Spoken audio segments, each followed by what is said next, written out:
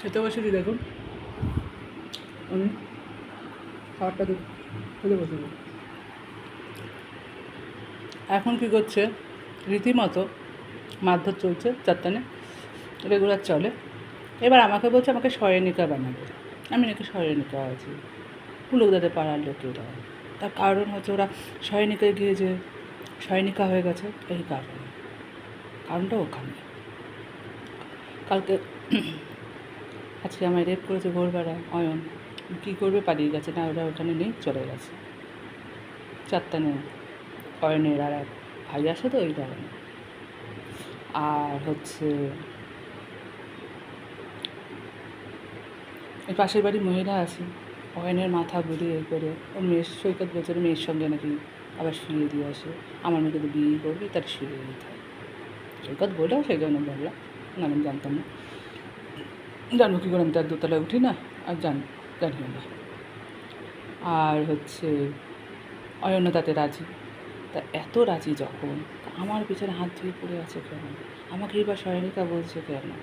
আসলে সোনামায়ের ফ্ল্যাটে আমি ছিলাম, দ্বিতীয় দোতলা সহায়িকা ছিল, সেই লোকেরাও তো এখানে আছে। এই কারণে তাদের যে টাকার লোভ হয়ে গেছে, টাকা ছাড়া যে তারা বিশ্বে কিচ্ছু চেনে না। টাকা ইজ টাকা, অনলি ফর টাকা। এই জন্য ছেলেমেয়েরাও বিকিয়ে গেছে এই পুলকদাদের পাড়ার লোকেরা, একমাত্র পুলকদার ছাড়া। পুলকদাদের পাড়ার লোকেরা সবাই বিকে গেছে একমাত্র পুলকদা ছাড়া।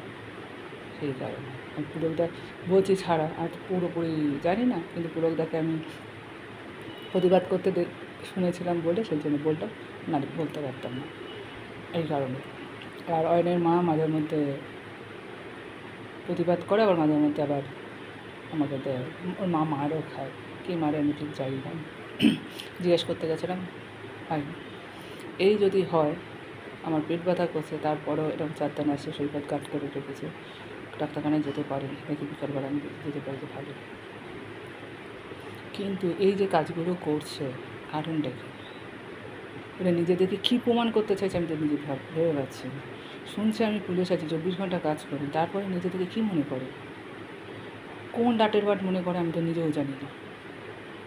কোন বাটে থাকে, এখন পুলিশ আছে উকিল আছে এই পাড়াতে, তারা কোন বাটে থাকে আমি নিজেও জানি না।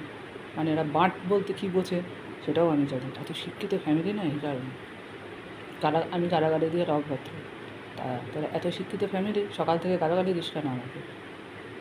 যেমন অয়ন যদি না আমার সেক্স করতে পারে তখন গালাগালি দিতে পারে, তোর মতন বেশ্যাকে এলে রেড্ডিকে এলে এসব ভাষা দিতে থাকে। রীতিমতো একটা মেয়েকে নিয়ে বুকে নিয়ে রাতে শুয়ে থাকে। এসব আমাকে বউ বলে, আমাকে আমার ফটো দিয়ে, আমার ফোনটাকে হ্যাক করে দিয়ে আমার ফটো দিয়ে আমাকে বেশ্যা বলে, যা পারে তাই করে, ব্লা ব্লা ব্লা। এগুলো কোন ভদ্রতা করে, কোন ভদ্রপাড়া করে, কোন ভদ্রঘরের ছেলেরা করে আমাকে একটুখানি জানাবেন? আমি জানি না, যদি আপনারা জেনে থাকেন আমায় জানাবে।